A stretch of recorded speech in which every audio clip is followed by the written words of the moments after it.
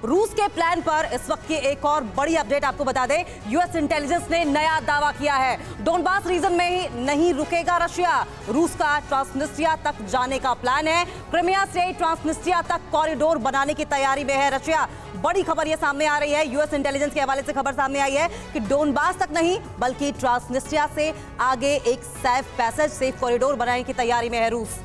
तो पुतिन के नए टारगेट पर ट्रांसनिस्ट्रिया पहुंचा टीवी9 भारतवर्ष और यूक्रेन मोल्डोवा पर हमला, और इकलौता भारतीय चैनल है जो वहां पर मौजूद है। अब जहां होगा रूस का फोकस, वहां से टीवी9 रिपोर्टर आपको देंगे जमीन की सच्चाई, आपको उसकी हकीकत बताएंगे। विवेक वाजपेयी हमारे साथ इस वक्त जुड़े हैं ट्रांसनिस्ट्रिया से। विवेक, ट्रांसनिस्ट्रिया को लेकर अब सबसे ज्यादा चर्चा हो रही है, वो ड्रीम कॉरिडोर, वो ड्रीम गलियारा रूस का क्या सच होने जा रहा है, जिसके जरिए वो ब्लैक सी से लगे और मारियोपोल से लगे डोनबास तक के पूरे एक सप्लाई कॉरिडोर को स्थायी तौर पर बना लेगा, उस पर नियंत्रण हासिल कर लेगा। क्या जानकारी मिल रही है ग्राउंड जीरो से विवेक?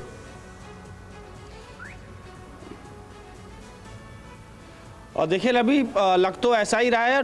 टीवी9 भारतवर्ष दुनिया का पहला चैनल, मैं इसलिए कह रहा हूं कि अभी किसी और देश की मीडिया यहां पे नहीं पहुंची है, और वो इस वजह से नहीं पहुंची है कि यहां पहुंचना अपने आप में एक जोखिम भरा काम है। वो इसलिए क्योंकि पहले आपको मोल्डोवा का वीज़ा लेना पड़ेगा, और मोल्डोवा का वीज़ा लेने के बाद अगर आप ट्रांसनिस्ट्रिया के शहरों में जाने की कोशिश करेंगे, खासकर जिस जगह में तिरस्पोल जो ट्रांसनिस्ट्रिया का सबसे बड़ा शहर है और यहाँ की राजधानी, इस शहर को उन्होंने घोषित किया है, इसका इमिग्रेशन, इसका वीज़ा ये लोग अलग से देते हैं। और इस पूरे इलाके में रवि, जब मैं कल शाम को आया हूँ, यहाँ पे रूस की आर्मी तैनात है, एक चीज़। दूसरा, पूरा का पूरा इस ट्रांसनिस्ट्रिया पर रूस का ही होल्ड है, रूस की आर्मी तैनात है। रूस इस पूरे इलाके को, ट्रांसनिस्ट्रिया को फ्री में गैस की सप्लाई करता है।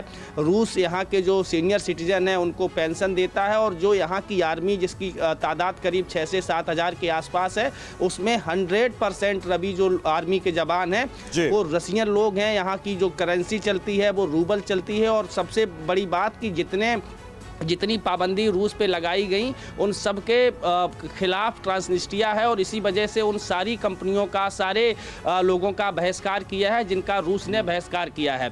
अब बात जिस कॉरिडोर की आप बात कर रहे हैं, तो यूक्रेन के पश्चिम से ट्रांसनिस्ट्रिया तक रूस कॉरिडोर बनाने का विचार इसलिए कर रहा है क्योंकि यहाँ की सरहद एकदम सटी है रोमानिया से, और रोमानिया नाटो के साथ जाकर रूस को चैलेंज देने की बात कर रहा था, और इसी वजह से इस पूरे इलाके पर रूस की नजर है। ट्रांसनिस्ट्रिया का पूरा सपोर्ट रूस को है। विवेक, जो आप अभी बता रहे हैं उसको आप आगे जारी रखिएगा, उस पर थोड़ा सा और तफसील से बात करेंगे, लेकिन आपकी जानकारी को थोड़ा सा और इलैबोरेट कर दे रहे हैं, क्योंकि हम बात कर रहे हैं क्रीमिया, जिस पर 2014 में रूस ने पहले ही कब्जा कर लिया था, ट्रांसनिस्ट्रिया जिस पर आगे बढ़ रहा है रशिया, यानी कि पुतिन। अगला टारगेट क्या? ट्रांसनिस्ट्रिया। देखिए, अब क्रीमिया को ट्रांसनिस्ट्रिया तक कॉरिडोर बनाने की तैयारी की जा रही है रशिया की तरफ से। यूक्रेन और मोल्डोवा के बीच में ट्रांसनिस्ट्रिया की मौजूदगी है, वहीं पर वो है इसकी पोजीशनिंग। इसे दुनिया मोल्डोवा का हिस्सा मानती है, मोल्डोवा का पार्ट माना जाता है ट्रांसनिस्ट्रिया को, लेकिन ट्रांसनिस्ट्रिया खुद आजाद देश की तरह काम करता है, और यहां पर अलग सरकार, अलग संसद और अपनी सेना भी है। ट्रांसनिस्ट्रिया में जो रूसी भाषा है उसका इस्तेमाल होता है, रूसी करेंसी का इस्तेमाल होता है।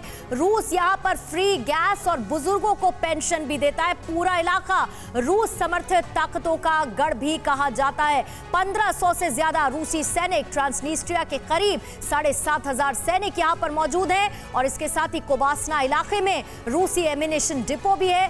20,000 टन विस्फोटक यहाँ पर मौजूद है, और ये पूर्वी यूरोप में सबसे बड़ा एम्यूनिशन का भंडार है। यानी रूस के पास, विवेक, पहले ही यहां पर एज है। रूस किस तरह से यहां एक अलग तरह का सपोर्ट हासिल करता है, यानी रूसी भाषा बोलने वाले लोग, वो लोग जो रूस को पसंद करते हैं, रूस की करेंसी में यहां पर व्यापार हो जाता है। ये जो कंडीशंस हैं, ये रूस को और कितनी एज दे रही हैं अपनी इस मंशा को पूरा करने में, और यहां के लोगों को क्या लगता है विवेक? देखिए, मैं वही आपको बता रहा था पूर्णिमा कि ये ट्रांसनिस्ट्रिया पर रूस को कब्जा करने की ज़रूरत नहीं है, क्योंकि ट्रांसनिस्ट्रिया 100% रूस के साथ है। रूस की जब आर्मी यहाँ पे मौजूद है तो बस उसको आर्मी की तादाद यहाँ पे बढ़ानी होगी। रूस का टारगेट मोल्डोवा है, और जिस तरीके से यूक्रेन में आपको याद होगा कि डोनाबास, खार्बिक, एलपीआर, डीपीआर जो इलाके थे वहाँ पर रूस समर्थक लोगों की सरकारें थी, और उनका साथ देने के बहाने रूस ने मिलिट्री ऑपरेशन शुरू किया, जो अब कीव और इरपिन तक पहुंचा हुआ है। कमोबेश ऐसे ही हालात इस पूरे इलाके में बन रहे हैं। इस इलाके में मोल्डोवा सरकार पर ये आरोप लगाने की कोशिश की जा रही है, ऐसे आरोप रूस समर्थक सरकार की तरफ से लगाए जा रहे हैं कि मोल्डोवा ट्रांसनिस्ट्रिया में मिलिट्री ऑपरेशन कर सकता है, और यहाँ की जो ट्रांसनिस्ट्रिया की सरकार है उसने आधिकारिक तौर पर रूस से मदद मांगी है। अब अगर रूस ट्रांसनिस्ट्रिया में जो आर्मी मौजूद है वो मोल्डोवा के खिलाफ ऑपरेशन शुरू करता है पूर्णिमा, तो ये ऑपरेशन तिरस्पोल, जहां पे मैं खड़ा हूं, यहां से चिस्नाउ तक जाएगा, जो मोल्डोवा की राजधानी है।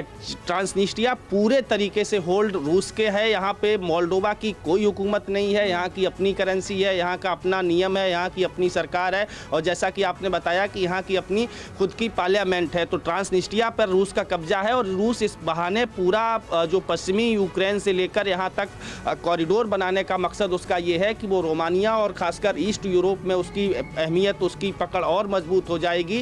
जो नाटो चाहता है कि रूस के सरहद तक वो पहुंच पाए, वो उसके मंसूबे सफल नहीं होंगे। और मेरी जानकारी के मुताबिक जो क्रीमिया से जुड़ा हुआ ट्रांसनिस्ट्रिया का इलाका है, वहां पे रूस की आर्मी बड़ी तादाद में तैनात कर दी गई है पुतिन की तरफ से। वो एक इशारा मिलने पर ब्लैक सी के मार्फत इस शहर में, इस इलाके में घुस सकती है, और उसका ऑपरेशन ट्रांसनिस्ट्रिया के बाद फिर उन जगहों पे होगा जहां पे मोल्डोवा ने होल्ड किया हुआ है, जहां पे मोल्डोवा की हुकूमत है, और रूस के टारगेट पर मोल्डोवा के जो बाकी शहर है ट्रांसनिस्ट्रिया पूरी तरीके से होल्ड यहाँ जी पूरी तरीके से वहां पर होल्ड है रूस का।